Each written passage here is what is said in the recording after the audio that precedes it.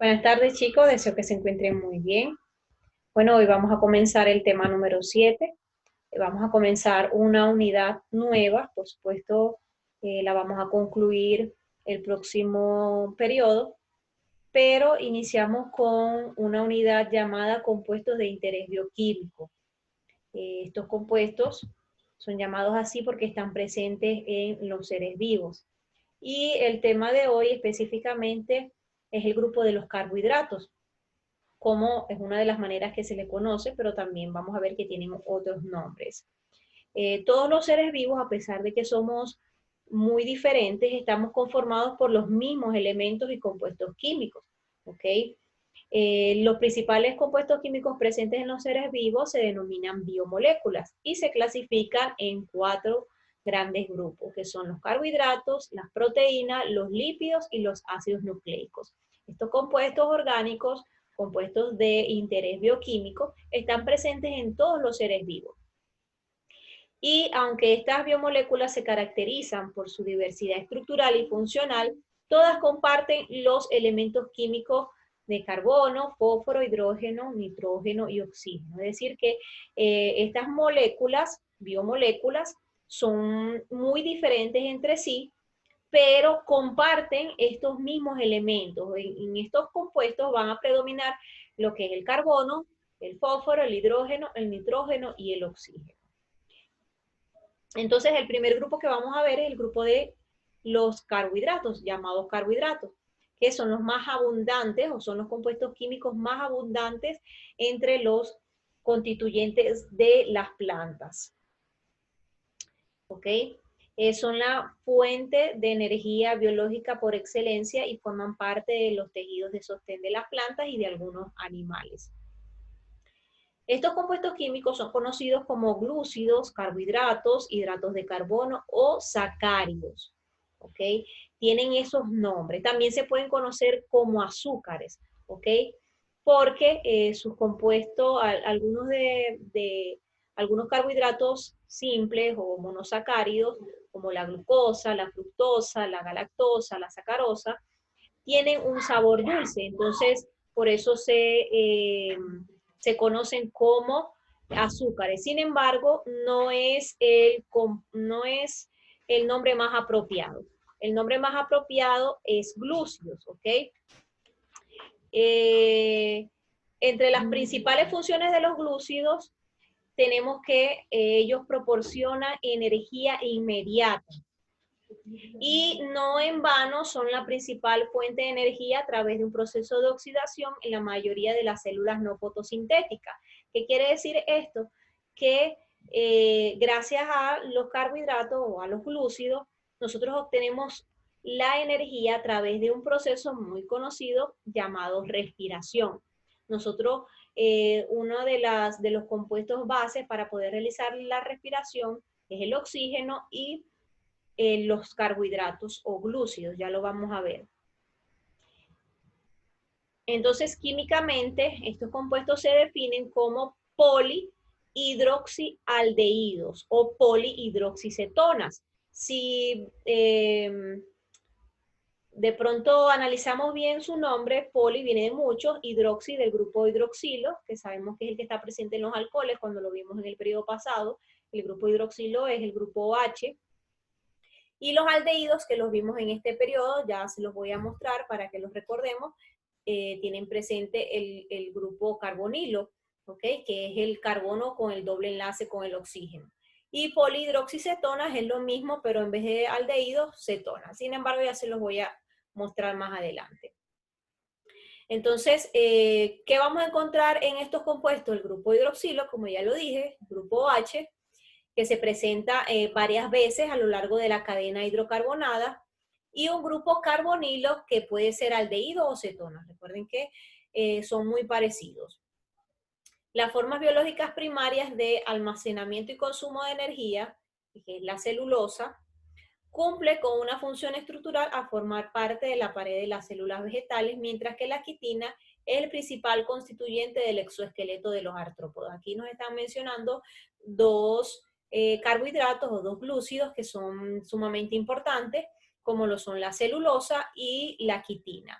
La celulosa está presente en las células de las plantas y forma la pared de sus células, ¿ok? Es importante porque forma la membrana o la pared celular de las plantas, mientras que la quitina forma parte del exoesqueleto de los artrópodos.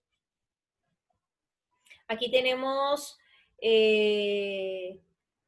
un ejemplo de un carbohidrato de 3 carbonos, donde está presente el grupo carbonilo y el grupo hidroxilo 2 veces, como lo pueden ver aquí. Este es el grupo hidroxilo y el grupo carbonilo.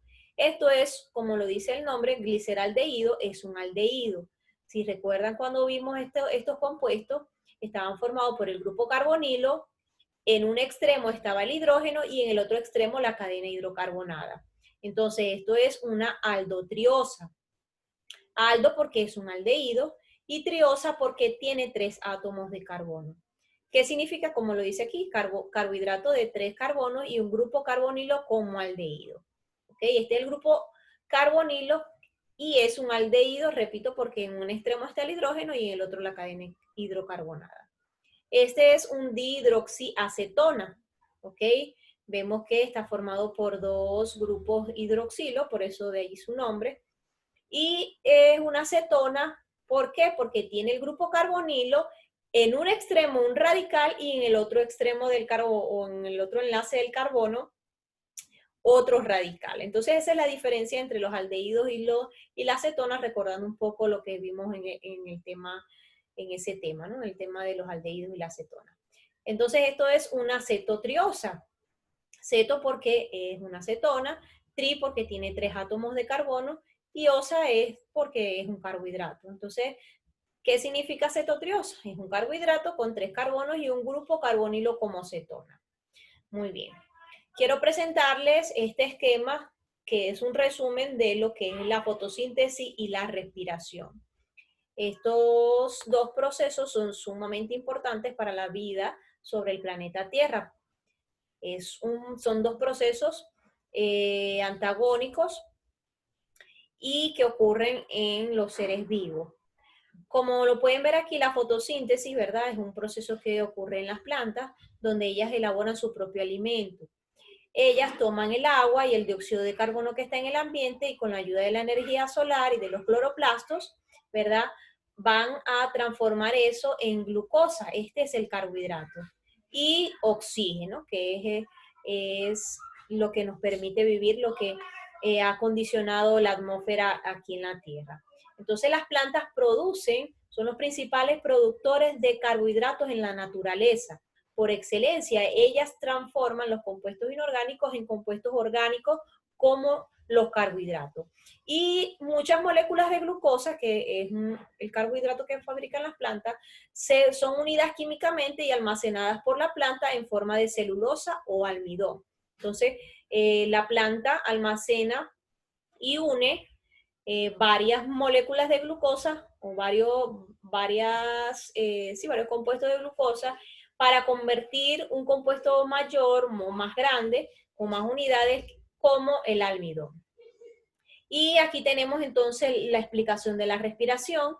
La respiración, todos los seres vivos, respiramos para poder obtener energía para realizar todos nuestros procesos.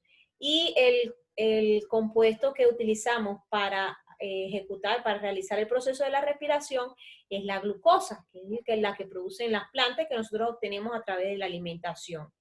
Entonces, la glucosa junto con el oxígeno, por supuesto, vamos a producir agua y dióxido de carbono. Muy bien, entonces pasamos al siguiente punto, que es la clasificación. Hay diferentes tipos de clasificación de acuerdo al criterio. Vamos a comenzar por el número de unidades. De manera general, los carbohidratos se pueden dividir en simples y complejos. Los azúcares simples, como la glucosa o la fructosa, son carbohidratos que no pueden ser hidrolizados en moléculas más pequeñas, o sea que no se pueden romper, no se pueden dividir en moléculas más pequeñas porque ya ese compuesto es el más pequeño de los carbohidratos, ¿verdad? Y los carbohidratos complejos, por su parte, están constituidos por la unión de 2 o más azúcares simples.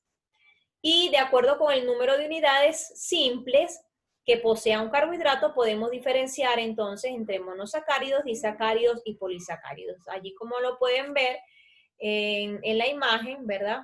Los monosacáridos porque tienen una sola unidad o un solo azúcar simple. Como lo dije, también son conocidos como azúcares, pero no es el nombre más apropiado. Podemos decir que entonces una sola unidad de glúcidos, ¿okay? O de un solo sacárido. La glucosa y la fructosa son ejemplos de azúcares o glúcidos simples. Los disacáridos, como la manosa o la sacarosa, están conformados por dos azúcares o dos glúcidos simples, dos sacáridos, monosacáridos. Por ejemplo, la manosa está conformada por dos monosacáridos que son dos glucosas. La sacarosa, que es el azúcar de mesa, el azúcar que nosotros consumimos, está formada por glucosa y fructosa. Y la fructosa es el azúcar que está presente en las frutas.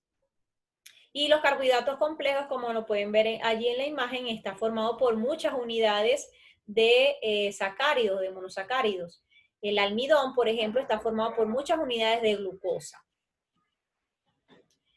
Algunos alimentos que contienen carbohidratos complejos son los granos, algunos vegetales, los tubérculos, mientras que los carbohidratos simples los podemos encontrar en los alimentos que no son tan golosinas, dulces, chucherías, que no son tan saludables, ¿verdad? Entonces, una clasificación más compleja donde podamos ver diferentes criterios es esta. Tenemos que, según el número de subunidades, se clasifican en monosacáridos si tienen un solo sacárido, un solo glúcido, disacáridos si tienen dos glúcidos, trisacáridos si tienen tres y polis si tienen muchos, como el almidón. Según el grupo funcional que posean, se pueden clasificar en aldosas y cetosas. Si tienen un aldehído, es una aldosa, y si tienen una cetona, es una cetosa. Según el número de carbonos en cada subunidad, entonces se pueden clasificar en treosas si tienen 3 carbonos, tetraosas si tienen 4 carbonos, pentaosas si tienen 5, hexaosas si tienen 6 y así sucesivamente.